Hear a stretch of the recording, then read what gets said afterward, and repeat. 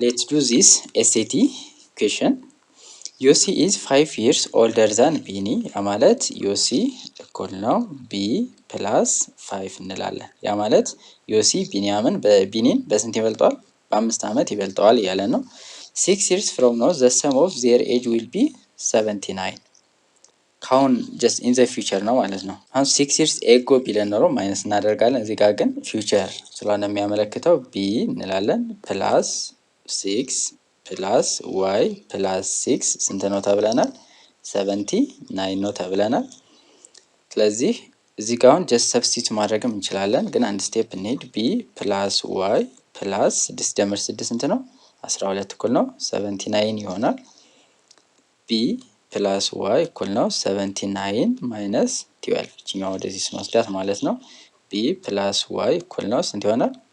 9 ሲቀነስ 2 7 7 ሲቀነስ 1 6 67 ዋይ ማለት ደግሞ ቢ ፕላስ 5 ነው። ስለዚህ ቢ ፕላስ 5 እኩል ነው 67 ይሆናል።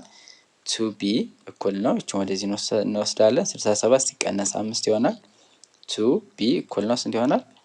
62 ይሆናል ማለት ነው። ስለዚህ ሲካፈል ለሁለት እናድርግና ቢ እኩል ነው ስንት ይሆናል? 31 ይሆናል ማለት ነው። ቢኒ ስለዚህ ስንት አመቱ ነው? 31 አመቱ ነው ማለት ነው። ስለዚህ ዮሲ ስንት አመት ይሆናል ማለት ነው? 31 ሲደመር 5 ያ ማለት 36 አመቱ ይሆናል ማለት ነው። ይሄ መቼ ነው? አሁን ላይ ማለት ነው። አፍተር 6 years ስንት አመት ይሆናቸዋል? እስኪ የዚህ መልስ ኮመንት ሴክሽን ላይ ያስቀምጡልን። ከ6 አመት በኋላ ዮሲ ስንት አመቱ ነው? ቢኒ ስንት አመቱ ነው? መልሱን ኮመንት ሴክሽን ላይ ያስቀምጡልን።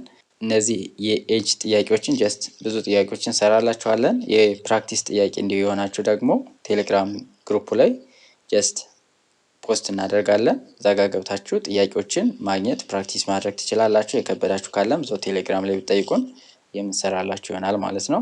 እናመሰግናለን።